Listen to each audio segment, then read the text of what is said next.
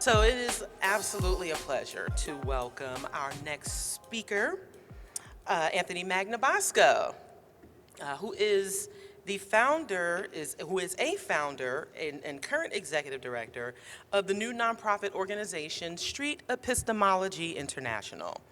A skeptic and atheist from San Antonio, Texas, he has been practicing and promoting street epistemology for years.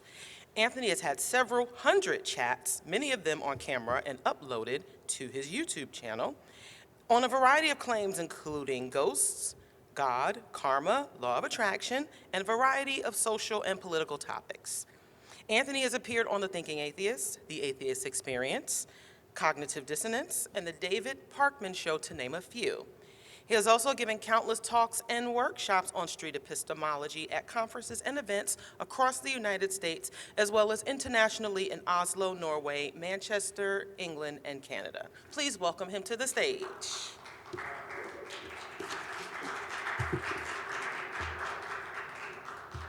Thank you, Mandisa. Hello, everybody. Hi. Glad to be here. All right. Welcome. I think I'm going to lean into the microphone just a little bit so that you can hear me through the mask, so forgive my posture. But I wanted to kick things off just to express my... Oh, can I use that? Oh, good. Testing. Test. Oh, even better. Wonderful. All right, well, first let me just express my gratitude, of course, for Mandisa Thomas for being a co-founder of BlackNonbelievers, and the current president. I'm really grateful for that, as well as Bria for all the photography and all the work that you've done behind the scenes. I've seen you working. I wanted to recognize you for that. And of course, the donors who helped make this happen. The ACA in particular stepped up and really helped raise a lot of money for this organization. I'm very grateful for that. And just overall, the dedication that the people behind this organization put into this. This was a lot of work. And I've been taking notes because as the executive director of my own nonprofit, maybe one day we'll do something similar. So it's definitely been a learning experience, and I'm in awe of the people who have really worked to make this happen. Congratulations on 10 years. Everyone said this, but where will you be in another 10? And it's very difficult to get an organization off the ground, let alone keep one going for so long. So yeah, I'm just really proud of that. I'm proud to see this organization thrive and to be a part of it. In fact, I was in the elevator. I had to go up to my room. I'm on the 18th floor. We're on the 2nd floor. As I was coming down, the elevator stopped on the 9th floor, and there was this elderly white couple, and they had like a luggage rack, one of those baggage carriers, just filled with baggage. And they were like, "Oh, the elevator's full again." I was like, "Well, come on in." They're like, "Well, we just don't want to go in the elevator just for safety reasons." And I said, "Well, just take the elevator." So I stepped out, and they were walking in, and they were like, "Oh, you're so nice. What is that conference that you're at today?" And I said, "Well, it's the BlackNonbelievers. They invited me to be a speaker." And the look on their face was just really precious, I have to say. So I think I shocked them in a couple of different ways. They were just very grateful, and they said, "Thank you so much for being so nice." All right. Well, I'm here today to talk about something called street epistemology, which you may or may not have heard about.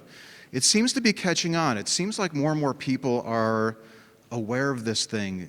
And even if you're not, you probably soon will be. Well, I'm going to be telling you about it today, so you'll be learning about it here. But it's catching on. It's based off of this idea that, epistemology is the study of knowledge, but it's a very academic concept. Street epistemology is a communication technique, and I think even now a movement. People are learning this as a way to have more productive conversations with people about sensitive topics in a way that causes them to think about it. Where if you were to present somebody with data or ridicule them, it doesn't always work that way. A lot of people will become more defensive when you do that. So this is a really different approach. It's actually kind of counterintuitive now that I think about it, where you try to distance the person who has the belief from the belief themselves so that they can more objectively look at it and wonder, how did that belief get there? Why do I think that that's true? Am I justified in thinking that it's true? And the talks are typically respectful, and it's not a lot of telling. it's usually a lot about just asking questions. How did you form this belief? What would change your mind? How do you think somebody who doesn't have this belief manages to cope through the difficulties of life? I also think it's a productive tool. It's very efficient. You'll notice, I'm going to show you some of the examples. I have this hobby, I'll talk about it in the next slide, but I'll go out and have conversations with people. So I'm going to share some of those videos with you. Just short little clips, some pictures, I'll talk to them, but some short clips where you can kind of see that there's something unique about this. I also want to caution that it's not agreeing to disagree.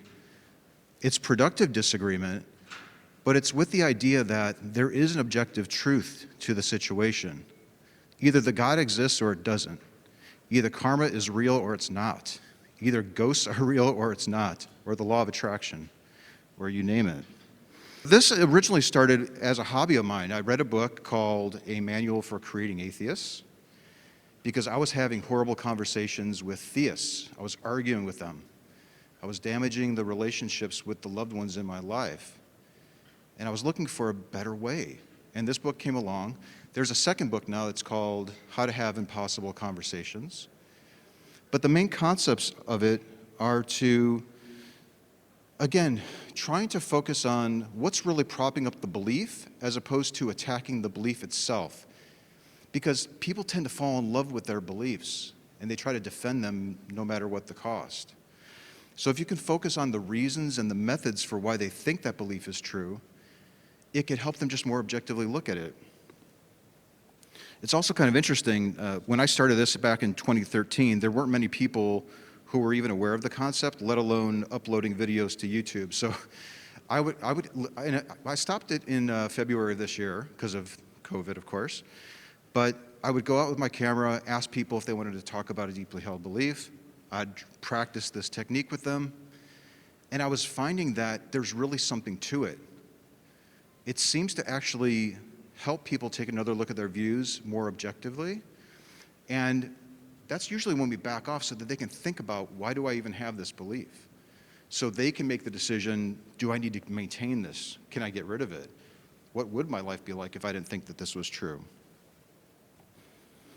There are now thousands of people around the world having conversations where they're using this approach. Now, it did start off in atheism. I think we've kind of broached the skeptic community, I suppose. And my goal this year is to break it out even further. I want to try to try to mainstream this technique because I really think that there's something to this. All right, so what are my motivations? Why do I actually do this? Why do I go out with a camera or go around the country or even the world giving talks? Well, what a mess we're in. I mean, you just have to look around at what's going on.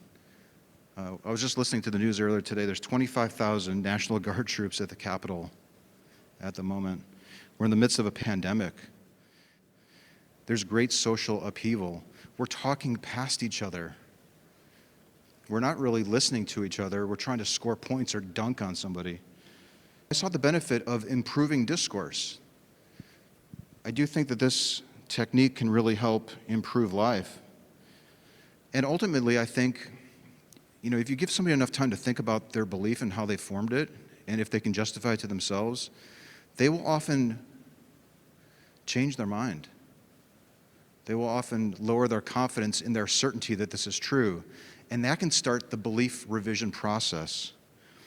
And ultimately, I think this technique can help us figure out what's really true. So once we can start identifying bad reasons and unreliable methods for concluding that something is true, we can set those aside and see what's left.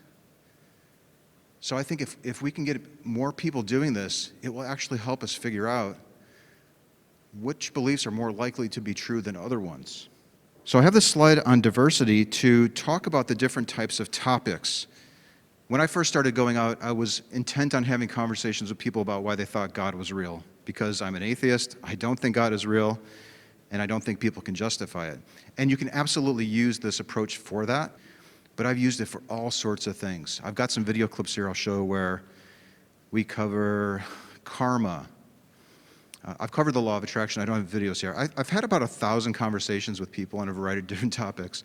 These days, I just ask people, what do you think is true that we can discuss in 5 minutes? And then they pick the topic and we explore it, usually with great success. And almost always it's longer than 5 minutes if you watch my videos. It almost always goes a little bit longer. And there's a very diverse group of practitioners, of people who are using this. There are people around the world who are using this method. France, Germany, Japan, South Africa, the United States, of course, Mexico, Russia. This is catching on. I'd probably put it at maybe 20,000. There's probably 100,000 people that are aware of this, but maybe 20,000 that probably use it. There's a little bit of a gap between understanding and application that we're trying to overcome. Not everyone is really happy about this approach. We do get some resistance. Normally I'll go to a university or a trail, some place where there's a good amount of foot traffic. People have a little bit of time on their hands, and I'll ask them if they don't mind stopping for a short chat. And these aren't gotcha conversations. I have the utmost respect for the people that took the time to stop and talk with me about their views. And I'm grateful that they did that and allowed me to record them. But sometimes you get a busybody. They don't like you on the trail with your cameras, and they call the cops on you. Or I've even had religious groups. Well, I don't know that for sure, but it seems like some groups on campus weren't really happy with me being out there, especially when members of their group were coming up to me talking and then really starting to question things, I think. I think that was a little bit threatening to some of the groups on campus. And then, of course, you have your professional believers, the apologists that are out there. They're not happy at all watching regular believers struggle to answer basic questions about why they think God is real. So when I first started going out, like in 2013, I thought, well, let me just talk to the most dug-in believers possible. And for me, that was the street preachers out in front of the Alamo in San Antonio, Texas. In fact, I think I heard that there's one here in town that was yelling or something last night. So I want to introduce you to Gary here. Very confident, standing on the street, handing out pamphlets, and I think trying to get people to join his church. I asked him if I could interview him. Of course, he agreed. And he said something to the effect of, "I'm a slave for Christ." When you hear stuff like that, you think, I just need to point out the things in the Bible that show that this is just ridiculous, or just shake him and say, no, you're stronger than that. But giving people facts or ridiculing them or trying to correct them sometimes drives people deeper into their views, or at the very least makes them defensive to the point where they don't even want to consider what you're telling them. So what we try to do in street epistemology is ask questions. I think at one point during the conversation, I asked him something like, well, how did you determine that this is true? To which point he said, well, it's faith. We worked out a definition, and then I asked him this question here. Can faith make people think other gods exist? So notice I didn't say, yeah, but everybody uses faith to conclude that their gods are real. When you phrase it as a question, and you give them plenty of time to think about it, you can see that he's pondering this question. You don't typically get this kind of response when you're yelling at somebody or pointing out things in their book that are going to probably make them defensive. Now, this conversation ended on good terms, as most of my conversations do. I could probably count on my hand the number of times that a conversation didn't end very well when I was using this approach. So what about the everyday believers, just the regular people on the street? This is Michaela, and I try to get a sense of how sure people are that their beliefs are true. And Michaela she says she's 100% sure that God is real and created her. That's kind of a good starting point. Sometimes people will give you a number that they don't really mean. Sometimes they give you a percentage of confidence because they think that's what they're expected to say. But she's 100% sure that God is real.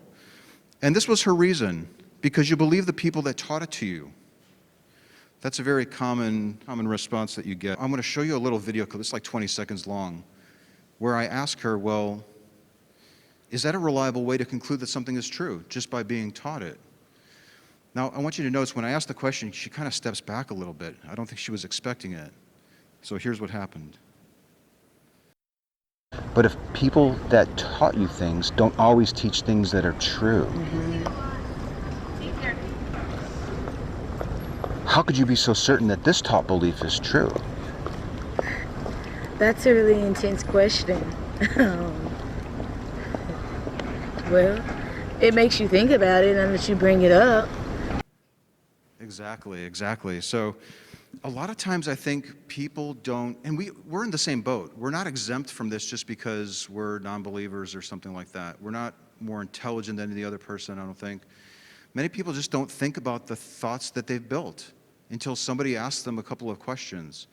And that's what we try to do with SE. We try to make people feel comfortable, reveal the true definitions of the words that they're using, identify the claim. This is really trying to get to clarity and then exploring her reasons and her methods. This was an interesting one. I met Michaela 2 weeks after this conversation, and she had mentioned that, I flagged her over and she agreed to be recorded again. And she had mentioned that she was sitting in church, listening to the preacher, and what he was saying reminded her of our conversation. So she was sitting in church, and this is what she was reporting. Do I really believe in what I've been taught my whole life? This is the kind of reflection that we want to try to encourage. And it could look like this is a technique that you can use to get people to your view. I suppose you can do that. However, nothing would make me happier than Michaela learning this method and then using it on my claims. Because ultimately, this really is to try to eliminate bad reasons and unreliable methods. In fact, I think she even self-reported like, well, I'm about 50% sure now that God is real after I've had some time to process this. I don't know where she's at today. It's really cool to like have a conversation with somebody and you can see them processing things and thinking things through and enjoying the conversation after the fact. Well, like we mentioned at the start, you can use this approach for other beliefs. It's not just for God beliefs. In fact, sometimes the God topic is kind of off limits for some of our family members. We just know, like we've fought in the past about that. We don't even talk about that subject. But don't be discouraged because there are safer topics that you can still explore with people that are safer. They're much safer topics. And karma is one of them. I wanted to share this conversation. This was with a woman named Kiana. This is probably around 2015 or so. I usually show the whole video during my lectures. I have to tell you, it was really tough to limit this down to like 9 conversations, but I wanted to share some of the highlights. Kiana is, I think she self-reports an 83% level of confidence that karma is real. And when I asked her, well, why do you think karma is real? Well, she said, well, if I'm mean to other people, I'll notice a difference in my complexion. She's drawing a correlation between the quality of her skin and her behavior. During the conversation, she reveals that, well, there's this thing called karma, but then there's also things just happen. 2 explanations, so it could be one or the other.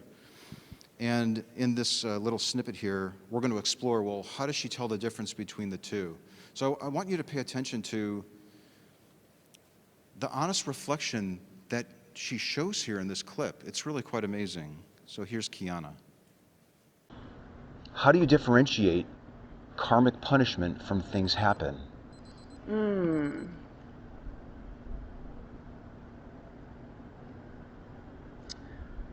think it would be just things that are just, how did this happen? Why did this happen?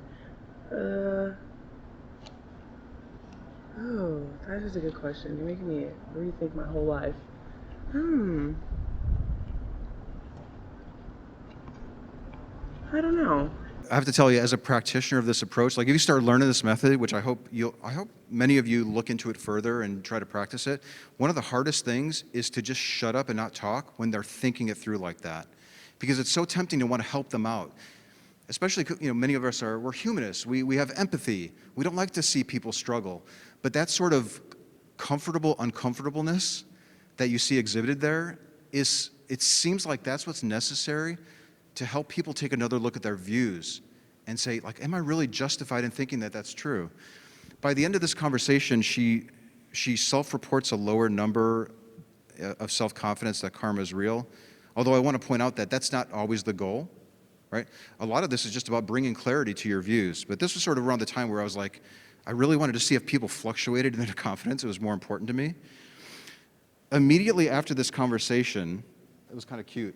And we ended on really good terms, and then she's walking away, and she saw her two friends, and she turned to the camera and she said, I did a good thing by letting you interview me, and now look, here's my two friends that showed up. And she was pointing as an example of karma. So I show this just to kind of set your expectations. Sometimes people, what's the word? I want to say backslide, but people need time to process these views. You can't expect immediate results. And I think my hopes are a little higher, like what could actually happen in one conversation. I think we need to have multiple conversations from a variety of different perspectives and different styles of this approach, where it builds on each other. Maybe the next conversation that Kiana has with somebody about karma and they use this approach, they may make further progress with her. Here's the other thing too is, you should always, I think, be open to what they're saying. They may have really good reasons and a good method for thinking that karma is real. We need to be open to that. It's not always about knocking beliefs down, but maybe being convinced yourself that this is really true. I decided to branch out even further. So once I was like, okay, I've talked about God a lot, and then, yes, karma's a thing and ghosts. There was a guy walking around with a shirt that said, here it is. It says, porn kills love. So this was like a anti-pornography conversation. And he said something really interesting here. He said, well, there's scientific evidence that shows that pornography is like a drug. So rather than spending the next 20 minutes arguing that point, I asked him, I think there's the question here. The question was something like, well, if there was a study to show that pornography was not harmful, was safe, marriages were actually flourishing, crime was going down, if that could be demonstrated to your satisfaction, would you change your mind about pornography? And this is what he said. No, I wouldn't, because at the end of the day, I do value scientific evidence, historical evidence, and that kind of stuff. But at the heart of it, I'm a Christian, so I live by a set of principles. So do you understand what happened there? Basically, he was saying, I value scientific evidence, and I try to go where the evidence shows me, unless it would show me that pornography was beneficial. I'd still think that it wasn't, because I have morals. I'm a Christian. We don't have to get hung up on the claim itself. It could be anything. But the important thing here is that we could have spent all this time talking about pornography and giving him data to show that it wasn't harmful, when it had no bearing at all on his position that it was harmful.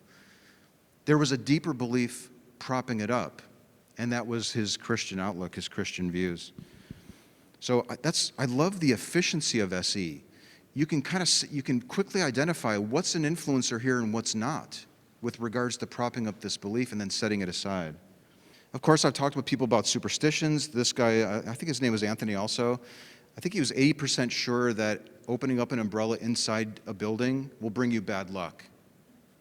So rather than laughing at him or ridiculing him or maybe giving him a study or something like that, we had a discussion about how could we actually work together to figure out if that really happens or not? Is there a way to test this claim? And then it's kind of stepping back and letting him process it to see, well, I don't think I've ever tested it before. What would a test like that look like? If I found convincing results, would it really lower my confidence in that claim? And again, this is a really safe topic. Superstitions are usually pretty safe, unless maybe you're talking with a voodoo witch or if they have a career based on it, they're going to probably be a little bit more dug in. I've had a few conversations with people about racism.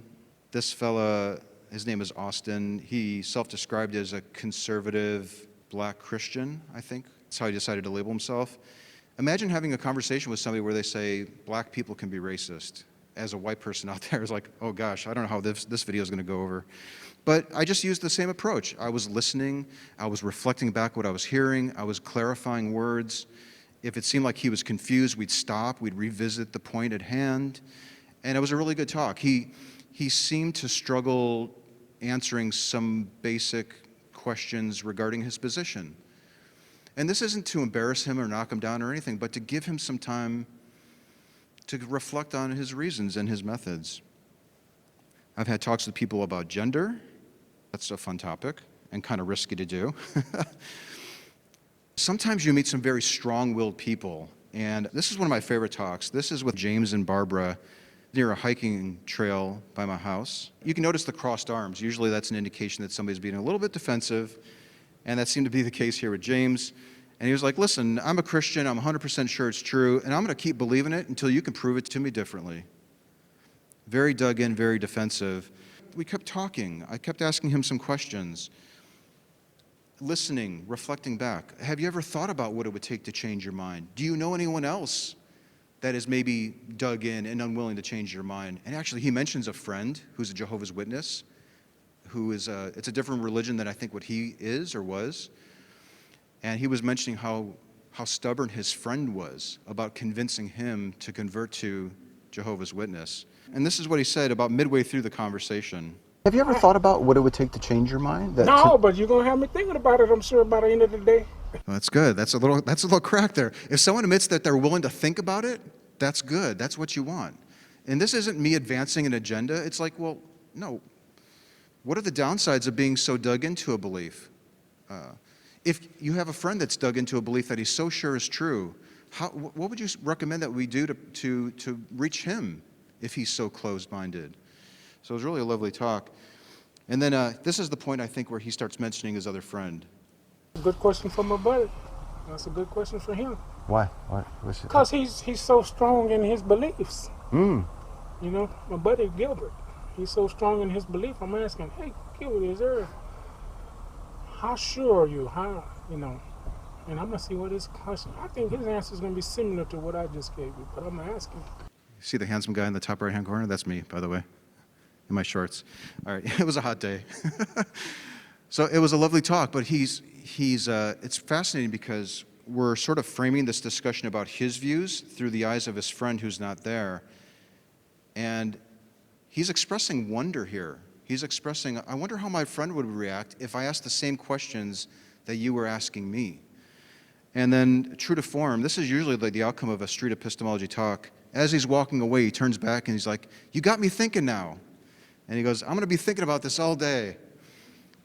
You can see I'm beaming here. Like it's one of the most satisfying things as an advocate and a practitioner of this approach is to encourage people to think about their thoughts objectively, because we don't often do it. And sometimes it takes a little prompting, maybe from a stranger on the hiking trail with a camera. But that's odd, by the way. I probably should have mentioned this. You don't have to go out on the street or a hiking trail with a camera to do this approach. Very, very few people do this. I do it because I want to have examples to show when I go around and talk to people about it or give a workshop on this. I want to be able to demonstrate the approach to people. But the talks almost always end like this, where people are grateful for having had them. This was a really deep talk that I had with two ladies, Gail and Carla. This is Carla. Gail is on the left, and they're sisters.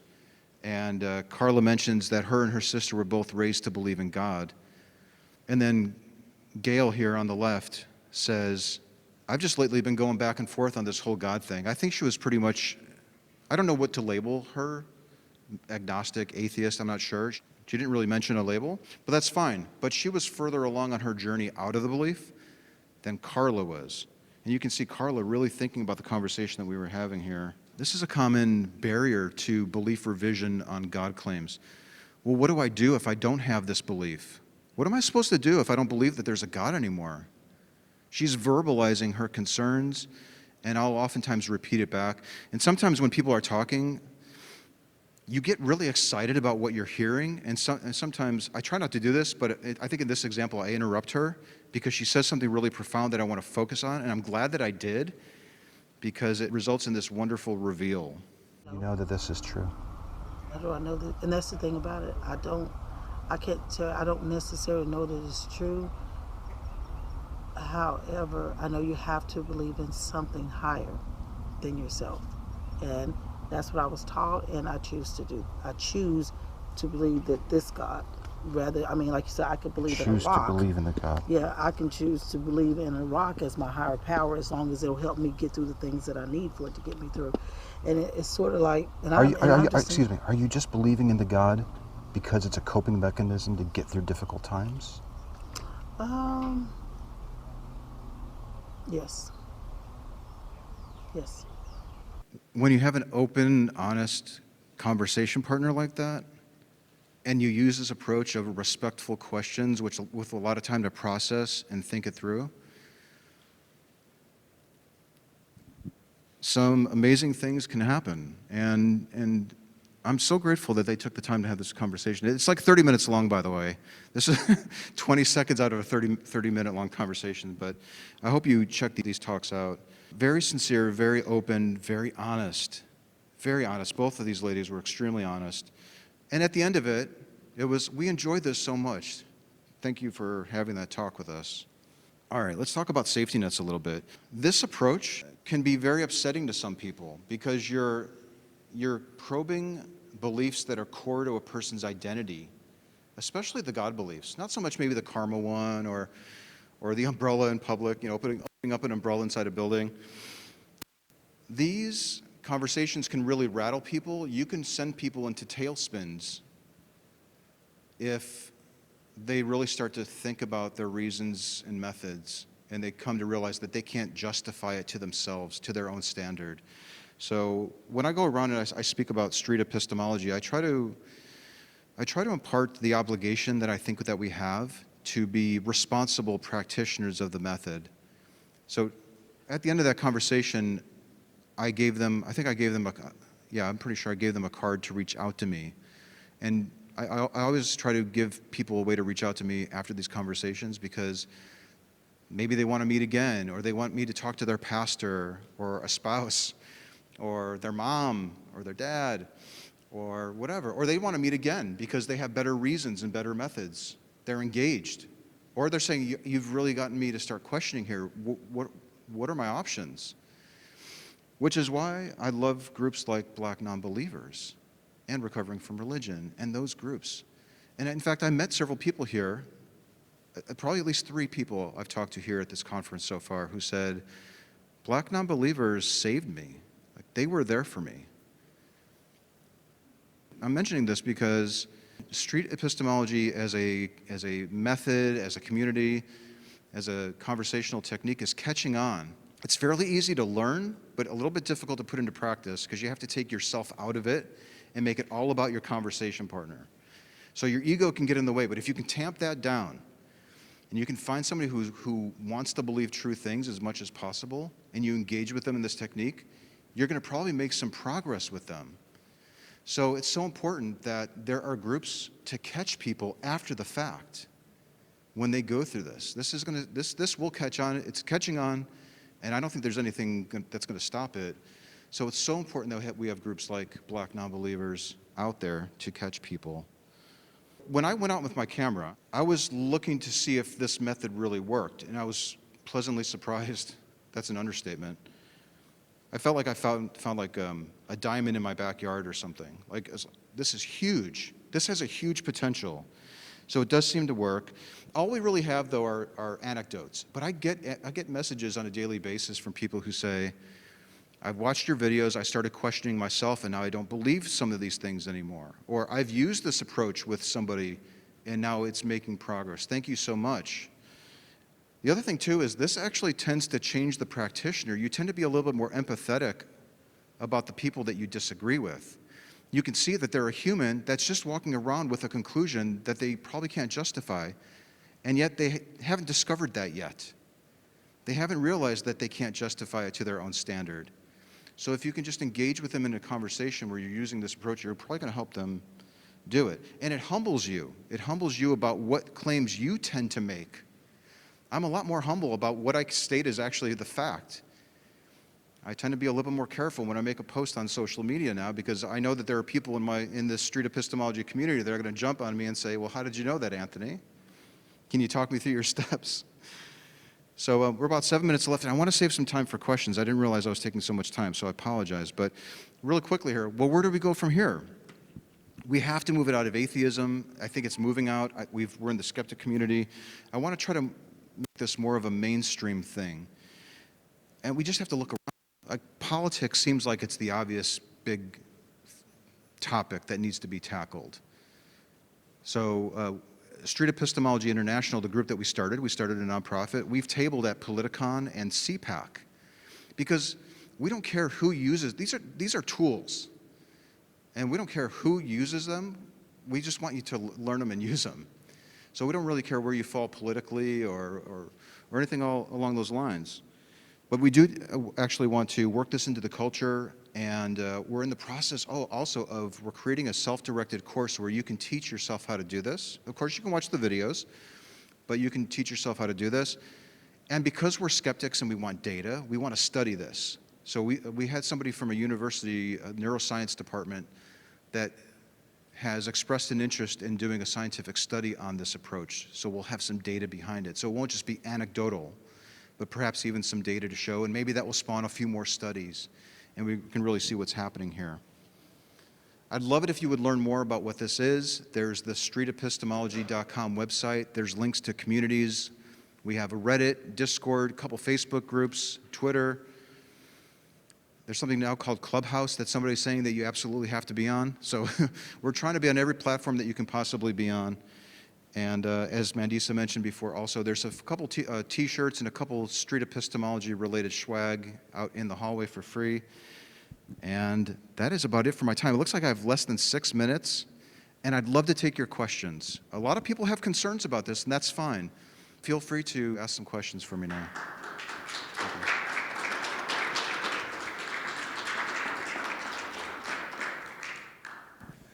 Thank you for that. Enjoyed it, learned a lot. In my first film, Contradiction, A Question of Faith, I used street epistemology throughout the whole film. I just asked questions and got responses. I didn't want to be condemnatory toward anybody's beliefs or anything like that. But I also found that there were a group of people who like it rough. How that person arrived at their particular belief wasn't through logic. And I also, I've spoken in churches, I've spoken in, theological colleges and things like that.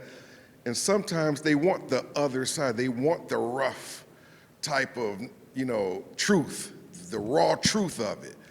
But I understand the street epistemology. I did that, like I said, in my film, and it works. It's very tactical, and it's a good thing. Have you run into people who kind of want it the other way, want it kind of hard? Fantastic question. And I'll check out your movie for sure. Okay. Well, what I've found is that street epistemology is a really good introductory approach to somebody maybe where you don't have a history with them. You don't know where they stand. Because if you encounter somebody who is not ready for the in-your-face, give me the facts, let's duke it out, but you try that, you're really setting yourself back. So you're kind of taking a risk, hoping that maybe you're encountering somebody like that, but if you start off with a, how you doing? I want to question some of your views, is that okay? You get their consent, and you start asking some questions. My recommendation would really be to start off with the street epistemology approach. Where do I need to meet them? But there are some people that don't like it. They're like, just, what are you doing? Just give me the evidence, show me I'm wrong.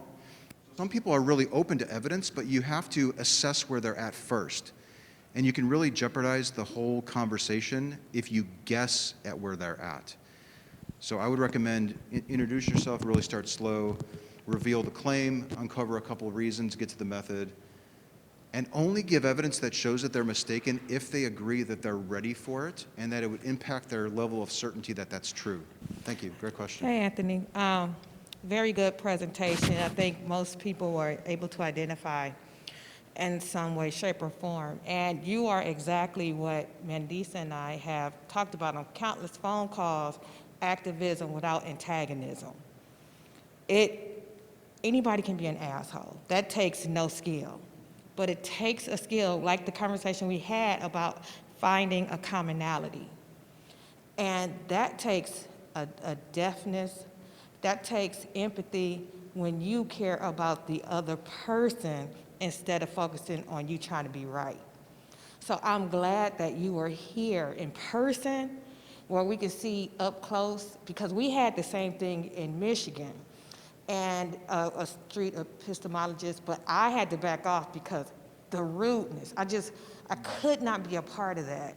So to see the flip side, to see the gentleness, to see the care, the genuine care that you had, and the questions that you threw out there, the open-ended questions to make people think without pressure. It's something that we need to see more of, not just online on YouTube, which you have a great channel that I got to check out, great channel. But we need more of this because continual lack of empathy, the selfishness that we see in our community, when we have so many gifts and jewels, such as yourself, we need more people like you. We have Mannys, but we need some Anthony's too. So good job. Thank you very much. Looks like I have about a minute. I'll just address that. Street epistemology at its heart, it really just is a tool that you can use regardless of where you are personally in your journey out of belief or how you are ready to engage with other people about a particular topic. So there are some people that, well, I think they let their own goals or positions on the claim that's being discussed interfere with the polite interrogation of the claim that the person's making. And people ask me all the time, well, how do you stay so calm and focused when you have these conversations?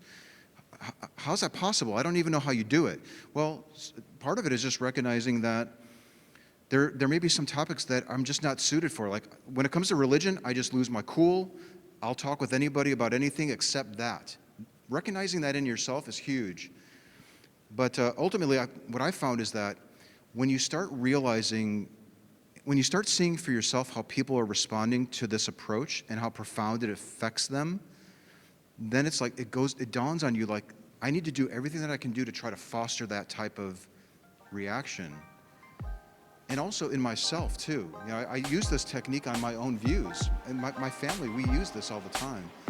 And it's not an easy thing to do because your own ego can get in the way. But if you can get past that and you can learn it, you'll succeed at it. But thank you very much for the kind words too. And thank you very much for your time.